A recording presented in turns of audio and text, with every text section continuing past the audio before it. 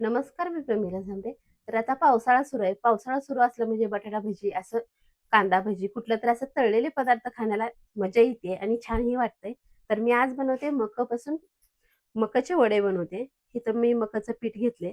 मकाचं पीठ असताना थोडंसं ठिस्सर असते, चाळून घेतलेलं आहे 1 वाटी. इथं अर्धी वाटी कोथिंबीर घेतली आहे. ओवा 1 चमचा घेतलाय, हळद एक अर्धा चमचा, 1 चमचाभर तीळ आहे, लसूण आणि हिरवी मिरची कांडून घेतली आहे. मकाच्या पिठामुळे थोडंसं ठिस्सर वडे होतात म्हणून मी चिमूटभर इथं सोडा घेतलेला आहे. इथं पालक मी नीट करून धुवून नंतर चिरून घेतलेला आहे. तर इथे मी काटवट घेतले, काटवटीमध्ये सगळं पीठ टाकून घेते. तर आता इथं 2-3 पीठ अशी मी कुठली पीठ मिक्स केली नाही ती, फक्त मकाचंच पीठ मी चाळून घेतलेलं आहे. इथे 1 प्लेटभर मी पालक घेतले चिरून. हे सगळंच मी आता ह्यात टाकून घेते.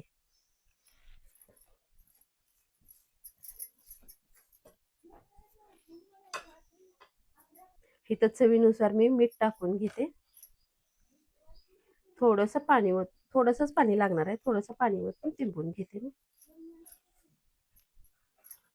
तर बघा पीठ छान असं मी तिंबून घेतलंय. जास्त घट्टही नाही आणि जास्त पातळही नाही. गॅसवर कढई ठेवली, कढईमध्ये तेल ओतलेलं आहे. तेल पण छान असं तापलेलं आहे.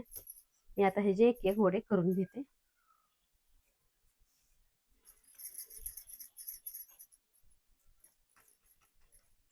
तर बघा अशा प्रकारे मी सगळे वडे करून घेते.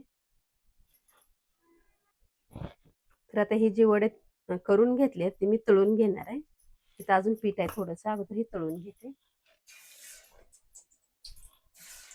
तुम्हाला जर तळायचं नसेल कुरकुरीत, तर शालो फ्राय तव्यावरती केलं तरी सुद्धा चालतंय.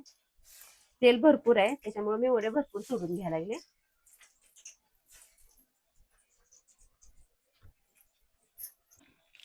तर बघा वडे किती छान आणि टंब फुगले. तर करताना मी चपटे केलते पण आता किती मस्त दिसायला लागले. आणि जास्त गॅस फुलही नाही आणि जास्त कमीही नाही, मध्यम गॅसवर मी तळून घेतलेले आहेत.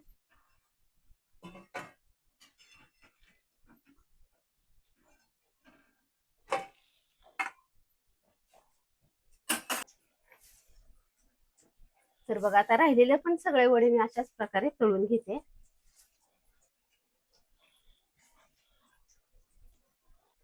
तर बघा आज मस्तपैकी मी मकाच्या पिठाचे वडे करून घेतले. तर तुम्ही बघता हो, किती छान आहे.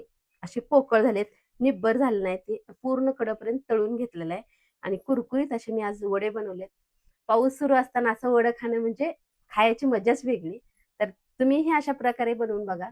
माझ्या व्हिडिओला लाईक केलं नसेल तर एक लाईक करा, चॅनलला सबस्क्राईब करा.